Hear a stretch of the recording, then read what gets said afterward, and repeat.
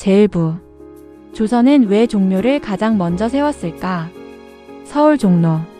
수백 년 된 나무들이 조용히 둘러싼 길을 따라 걷다 보면 화려한 단청도 높은 누각도 없이 길게 이어진 검붉은 건물이 모습을 드러냅니다.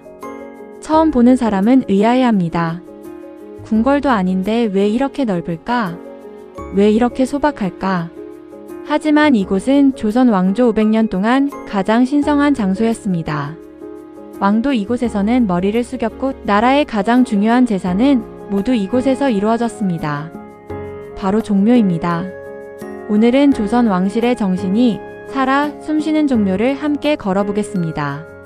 종묘란 무엇인가? 종묘는 왕과 왕비의 신주를 모시는 사당입니다. 여기서 신주란 왕과 왕비의 영혼을 상징하는 나무패를 말합니다. 조선 사람들은 사람이 세상을 떠난 뒤에도 정신은 후손들의 제사를 통해 이어진다고 믿었습니다. 왕도 예외가 아니었습니다. 세상을 떠난 왕은 종묘에 모셔졌고 후손들은 정기적으로 제사를 올리며 선왕들의 뜻을 이어갔습니다. 그래서 종묘는 단순한 건물이 아니라 조선 왕조의 정통성과 역사를 상징하는 공간이었습니다. 궁궐보다 먼저 세운 이유. 조선을 건국한 태조 이성계는 1392년 새 왕조를 세웠습니다. 그리고 수도 한양을 건설하면서 가장 먼저 계획한 시설 가운데 하나가 종묘였습니다. 많은 사람들은 왕이 먼저 살 궁궐을 지었을 것이라고 생각합니다. 하지만 조선은 유교 국가였습니다. 유교에서는 조상을 공경하는 것이 나라를 다스리는 근본이라고 보았습니다. 왕이 나라를 다스리는 권한도 결국 선왕들의 뜻을 이어받는다는 철학 위에 세워졌습니다.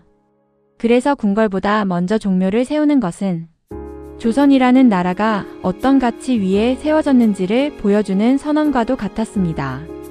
좌묘우사의 원칙. 한양 도성을 설계할 때는 중요한 원칙이 있었습니다. 바로 좌묘우사입니다. 왕이 경복궁에서 남쪽을 바라볼 때 왼쪽인 동쪽에는 종묘를, 오른쪽인 서쪽에는 사직단을 배치했습니다. 종묘는 왕실 조상에게 제사를 올리는 곳이었고 사직단은 나라의 토지와 곡식을 관장하는 신에게 제사를 드리는 곳이었습니다. 조상을 공경하고 백성을 먹여 살리는 일을 함께 나라의 근본으로 삼은 것입니다. 오늘날에도 종묘와 사직단은 조선의 국가 운영 철학을 보여주는 대표적인 문화유산으로 남아 있습니다. 종묘는 왜 화려하지 않을까? 경복궁을 보면 화려한 단청과 웅장한 전각이 눈길을 끕니다. 하지만 종묘는 다릅니다. 긴 목조 건물, 검붉은 기둥, 절제된 장식. 처음 보면 오히려 소박하다는 느낌을 받을 정도입니다. 이것은 의도된 설계입니다. 유교에서는 제사를 올리는 공간은 사치스럽기보다 엄숙하고 경건해야 한다고 생각했습니다. 그래서 종묘에는 화려한 장식 대신 긴 직선과 넓은 마당, 단정한 건축미가 강조되었습니다. 화려함보다 절제가 더 큰 품격이라는 철학이 그대로 담겨 있는 것입니다. 왕도 걸어서 들어갔다. 종묘에서는 왕조차 특별한 예를 갖추었습니다. 궁궐에서는 왕이 가마를 타기도 했지만 종묘에 들어설 때는 대부분 직접 걸었습니다. 또한 종묘 안에는 세 갈래 길이 있습니다. 가운데 길인 실로는 신들이 다니는 길입니다. 동쪽 길은 왕이 다니는 어룻, 서쪽 길은 제사를 준비하는 관리들이 이용하는 세로입니다. 왕이라 하더라도 실로를 밟지 않았습니다. 왕보다 조상을 더 높이 모시는 유교의 질서가 공간 속에 그대로 표현된 것입니다. 종묘의 첫 번째 주인. 조선이 시작되면서 가장 먼저 종묘에 모셔진 인물은 누구였을까요? 태조 자신이 아니었습니다. 조선은 새 왕조였지만 왕실의 뿌리를 매우 중요하게 여겼습니다. 그래서 태조는 자신의 선조들을 왕으로 추존하고 그들의 신주를 먼저 종묘에 모셨습니다.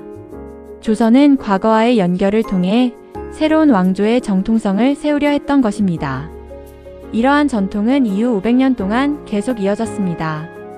다음 이야기. 종묘의 중심에는 두 개의 중요한 건물이 있습니다. 바로 정전과 영령전입니다. 왜 건물이 두 개일까요? 왕들은 모두 같은 곳에 모셔졌을까요?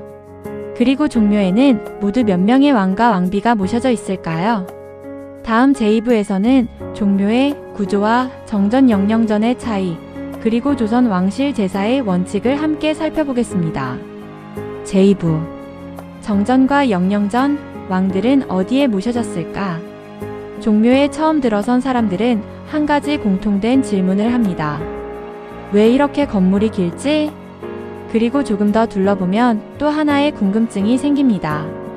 왜 건물이 두 개나 있을까? 종묘의 중심에는 정전과 영령전이라는 두 개의 사당이 있습니다.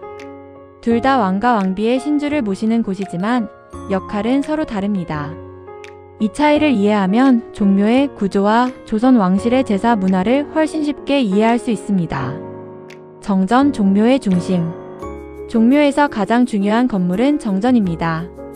태조 이성계가 한양을 건설하면서 함께 세운 종묘의 중심 사당입니다. 정전은 처음에는 지금보다 규모가 훨씬 작았습니다. 하지만 조선 왕조가 이어지면서 모셔야 할 왕과 왕비의 수가 점점 늘어났습니다. 그래서 여러 차례 증축을 거쳐 오늘날의 긴 건물이 완성되었습니다.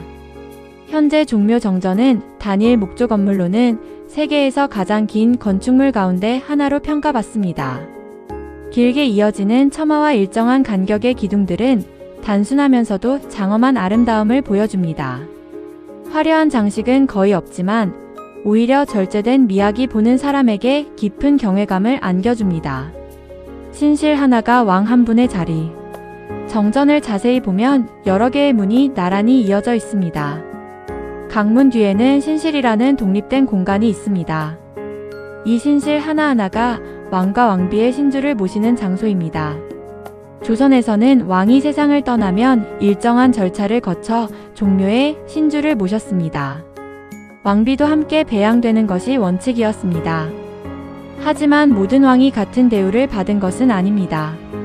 재위기간의 업적과 왕조에 끼친 영향, 예법 등을 종합적으로 고려해 종묘에 모셔지는 방식이 결정되었습니다. 종묘는 단순한 안치 공간이 아니라 조선 왕조의 역사와 가치관이 담긴 공간이었던 것입니다. 영령전은 왜 만들었을까? 조선 초기에 세워진 정전은 시간이 흐르며 점점 자리가 부족해졌습니다. 태종은 이를 대비해 새로운 사당인 영령전을 건립했습니다.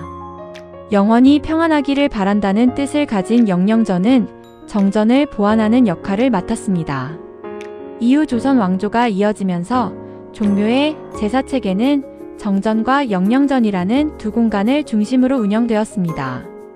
오늘날 종묘를 방문하면 두 건물의 분위기가 조금 다르다는 점도 느낄 수 있습니다. 정전은 국가의 중심 사당이라는 위엄이 강조되고 영령전은 조금 더 차분하고 안정된 분위기를 보여줍니다. 모든 왕이 정전에 모셔졌을까? 많은 사람들이 왕이면 모두 정전에 모셔졌겠지라고 생각합니다.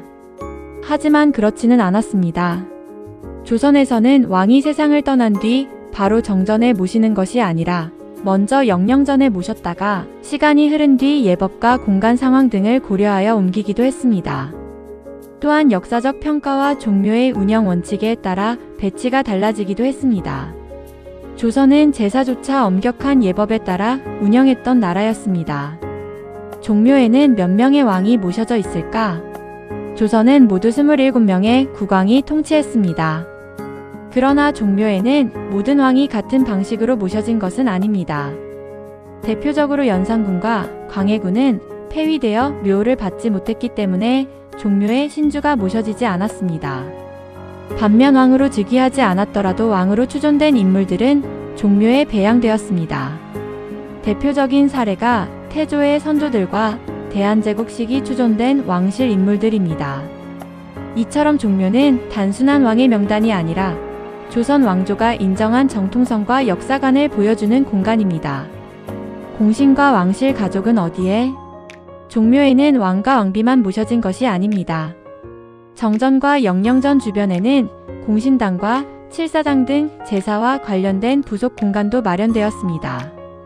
또한 왕실 제례를 준비하는 여러 건물들이 함께 배치되어 하나의 거대한 제례 공간을 이루었습니다.